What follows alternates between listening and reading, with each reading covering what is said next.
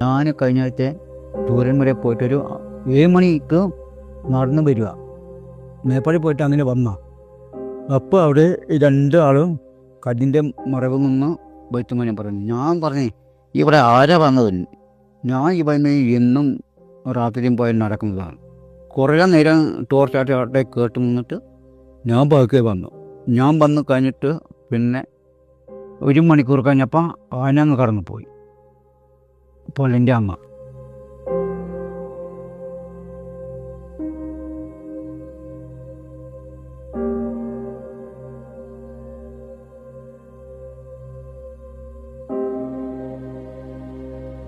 ഇപ്പൊ നിങ്ങൾ എങ്ങനെയാ അവിടെ താമസിക്കണേ?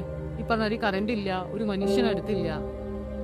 ഞങ്ങൾ ടോർച്ച് എന്താ 3-4 ടോർച്ച് അതിന് ടൂറിന് വരെ പോയി വീട്ടിൽ വന്നു. അപ്പം ജീവിക്കാനുള്ള ബാക്കി കാര്യങ്ങളൊക്കെയോ? പൈസയൊക്കെ വേണ്ടേ? അതൊക്കെ എങ്ങനെയെങ്കിലും ശരിയാക്കാം. ഇപ്പം ഇവിടെ പണി ഉടുതുകൊണ്ടു നാളെ തിങ്കളാഴ്ച വരും മേപ്പാടിന് ഒരു കാക്ക മുള പറിക്കാം. അത് ഇവിടെ തൊടുത്തി 10 ഏക്കർ വരെ ഉണ്ടോ?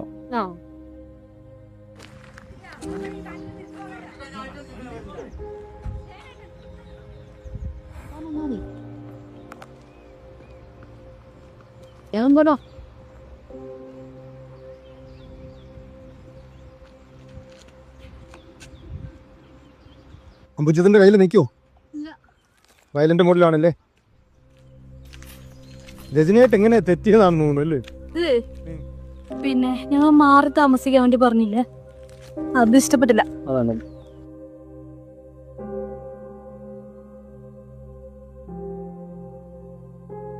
ടൗൺഷിപ്പിൽ ഒന്ന് സ്ഥിരമായി താമസിക്കാൻ താല്പര്യമില്ല എന്ന് അറിയിക്കും. എന്നാൽ വർഷകാലത്ത് മാറി താമസിച്ചു കൊള്ളാം എത്തും ചേട്ടനെ അറിയിക്കും. അതിനാണ് ഒപ്പിടുക കേട്ടോ.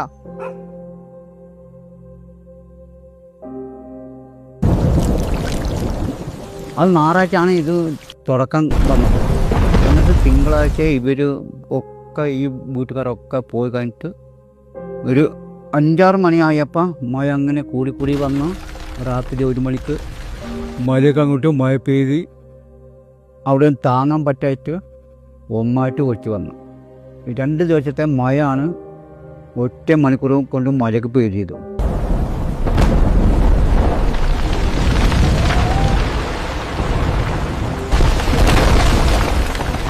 ഇത്രയും സൗണ്ടായി വന്നിട്ട് ഇങ്ങോട്ട് കേട്ടിട്ടായി അവിടുത്തെ മഴ മാറിയത്തെ ഇവിടെയും പെയ്ത് ചെയ്തു. എന്താ മഴ എന്നാൽ ഭയങ്കര സൗണ്ട്. ഈ മഴൻ്റെ സൗണ്ട് കൊണ്ട് ഈ കല്ലും മുട്ടിയൊക്കെ വന്ന ഒറ്റൊന്നും കേൾക്കില്ല നമുക്ക്. ഈ മിന്നലും വരുന്നുണ്ട് കല്ല് തമ്മിലടിച്ചിട്ട്. അതും എങ്ങനെയോ ഈ ജനങ്ങൾ ഉറങ്ങാൻ നേരത്താണ്, ഉറങ്ങിക്കഴിഞ്ഞിട്ടാണ് ഇത് വരുന്നത്. പകരൊക്കെ വരികയാണെങ്കിൽ പിന്നെ ഒരുപാട് ആൾ കഴിച്ചതായിരുന്നു. അത് ആളുള്ള ഭാഗം തന്നെ തപ്പിപ്പിടിച്ച് പോയി.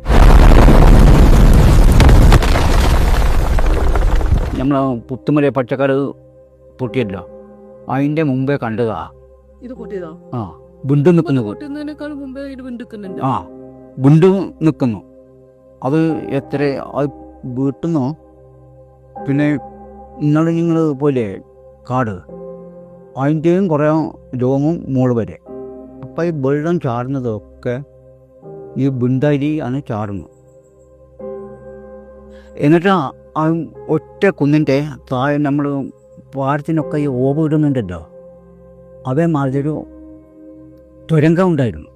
അതിൽ കല്ലോ മണ്ണോ വന്ന് അടഞ്ഞിട്ട് ഈ വെള്ളം ഇതിൻ്റെ ഉള്ളിൽ പാച്ച് ചെയ്തിട്ട് നിൽക്കാൻ പറ്റാണ്ട് ഒന്നായിട്ട് വന്നു. ഇതിങ്ങനെ അവിടെ തോടൊന്നുമില്ല, തോട് ഇപ്പുറത്തേ ഉള്ളൂ. തോട് ഒറ്റ വന്നാലും കുറച്ച് ഇങ്ങനെ അരിഞ്ഞേ പോവുള്ളൂ. ഇത് ചെണ്ടു കൂടെ വെള്ളം ചാടി. അതിപ്പോഴും കാണുന്നുണ്ടല്ലോ ആ വെള്ളം ചാടിയ പാട്. അതിൻ്റെ മുമ്പേ ഞാൻ പറഞ്ഞു മുണ്ടക്കൈയും ചൂരന്മലയൊക്കെ പറഞ്ഞു. അതെങ്ങനെയെങ്കിലും വന്നു കഴിഞ്ഞാൽ മുണ്ടക്കൈയും ചൂരന്മലയും ഉണ്ടാവില്ല. ആര് പറഞ്ഞാൽ കേൾക്കുന്നു? ഒരുത്തനും കേൾക്കില്ല. അത് ഞങ്ങൾക്കും ഒരുപാടൊക്കെ കാട് നടന്ന് അറിയാം. പേടിപ്പിക്കേണ്ടതാണ്. അത് പോറ്റാർ വന്നപ്പോൾ ഞാൻ ഇവിടെ വെച്ച് പറഞ്ഞല്ലോ, ഞാൻ ഈ പ്രശ്നം എന്ത് പണ്ടാരം വന്നാലും ഞാൻ പറയാൻ നിൽക്കില്ല. ബാക്കി കാര്യം പോച്ചാൽ കേൾക്കാൻ. എന്താ ചെയ്തേ? ആകെ പേടിച്ചു പോയോ? എന്തായിരുന്നു നിങ്ങൾക്ക് തോന്നിയേ? ഞങ്ങൾക്കൊരു പേടിയും വന്നില്ല. ഞങ്ങൾക്ക് പിന്നെ അവിടെ ധൈര്യത്തിൽ നിൽക്കാൻ ഉറപ്പ് വന്നു. മുത്തപ്പനെ വിളിച്ച് ആ വിളിക്കാൻ പോലും സമയത്ത് ടോർച്ചില്ലല്ലോ. ടോർച്ചും കറണ്ടൊക്കെ ഇത് പോയി നോക്കുമ്പോൾ കറണ്ടില്ല. നിങ്ങൾ ഇറങ്ങി നോക്കിയോ? വന്നു നോക്കിയോ? അങ്ങോട്ടേക്ക് താഴേക്ക് ഇറങ്ങിയോ? ഇറങ്ങി വന്ന് നോക്കാനൊന്നും കഴിയില്ല. ഈ കല്ല് വന്നിട്ടേ കല്ല് അപ്പുറത്തൊക്കെ എത്തിയിരിക്കുന്നു. കച്ചനായിട്ടേ ഞങ്ങളെ വളപ്പിൻ്റെ മേലെ പോയിരിക്കുന്നു കല്ല്. ചിലപ്പോൾ നമ്മളിങ്ങനെ ഇറങ്ങി വരുമ്പോൾ കല്ല് വന്ന് തലക്കോ മേതൊക്കെ തട്ടിയ കഥ കഴിഞ്ഞു. ഞങ്ങൾ രണ്ടാളത്തെ ഇവിടെ ഉള്ളൂ. അങ്ങനെ പിന്നെ നേരം എങ്ങനെയെങ്കിലും നേരം വിളിപ്പിച്ച ഞങ്ങൾ തീയിട്ടിരുന്നു. അപ്പോൾ ഒരു 6 മണിയായി. എന്താ ഒച്ചയും വിളിയും മുൻ്റെ കൈ ഈ താഴെ കവൻ്റെ അവിടെയൊക്കെ. അവിടെ ഉള്ളവർ ഒരു 10 അടി ഇങ്ങോട്ട് പറ്റുകയാണെങ്കിൽ ഒരു വീട്ടുകാർ പോയത് എന്തോ വീട്ടതിനെ അങ്ങോട്ട് ഓടിട്ടാ. ഇവർ മുരളിമാരും ടോർച്ച് അടിച്ച് നോക്കിയിട്ട് ഒരു മുണ്ടൻ്റെ അപ്പുറത്തേക്ക് മാറി. പിന്നെ അവിടെ പശുകൾ മാത്രമേ ഉള്ളൂ. ഞാൻ വിളിച്ച് പറഞ്ഞപ്പോൾ ഇവനൊക്കെ വിളിച്ച് പറഞ്ഞു. ഇവൻ പറഞ്ഞു ടോർച്ച് അടിച്ചൊന്ന് താഴെ വന്ന് നോക്കാൻ. ഞാൻ പറഞ്ഞു ഞാൻ വരില്ല, നാളെ പുലർച്ചെ ഇങ്ങോട്ട് വന്നു. ഇപ്പം എൻ്റെ വീടിൻ്റെ അവിടുത്തെ ഈ വണ്ടിൻ്റെ ആൾ തന്തേ പറഞ്ഞു തിങ്കളാഴ്ച വൈകുന്നേരം ആയപ്പോൾ നീ പട്ടിയും ചോറ് തന്നിട്ട് ഇവിടെ കിടന്നു, ഞാൻ രാവിലെ 6 മണിക്ക് വരാം. അപ്പോൾ ഞാൻ മനസ്സിലാക്കി നാളെ ഒന്നും നിൻ്റെ വരവ് നടക്കില്ല. പറഞ്ഞ മാതിരിയായി.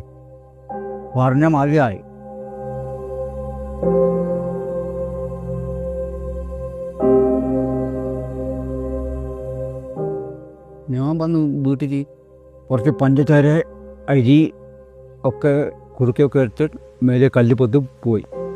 മേലെ പോയി. ആ അതെവിടെയാ കല്ലുപുട്ട്? അത് കുറേ മേലെയാ. ഇവിടെ നിന്ന് ഒരു പിന്നെ താഴെ ഒരു 3-4 വീടിൻ്റെ അപ്പുറേ ദൂരമേ ഉള്ളൂ. പിന്നെ 4 ദിവസം കഴിഞ്ഞിട്ട് അറ്റമരുന്ന് പെങ്ങളെ അളിയൻ പറഞ്ഞു വിട്ടു. എന്നിട്ട് അവർ ഇതിലെ വരാൻ പറ്റായിട്ട് അപ്പുറത്തെ കൂടെ വന്ന് ഒരു നായനെയും കൊണ്ട് വന്നു. നായ ഇങ്ങനെ മണം പിടിച്ച് ഞങ്ങൾ ഒരു 10 അടി അപ്പുറത്ത് വന്നപ്പോൾ ഞങ്ങളെ നായ ഒത്തിട്ടു. അപ്പോൾ ഇവർ കൊണ്ടുവന്ന നായും ഒത്തിട്ടു. അപ്പോഴാണ് ഞങ്ങളെ കണ്ടുപിടിച്ചത്. ഇല്ലെങ്കിൽ കണ്ടുപിടിക്കാൻ കഴിയില്ല.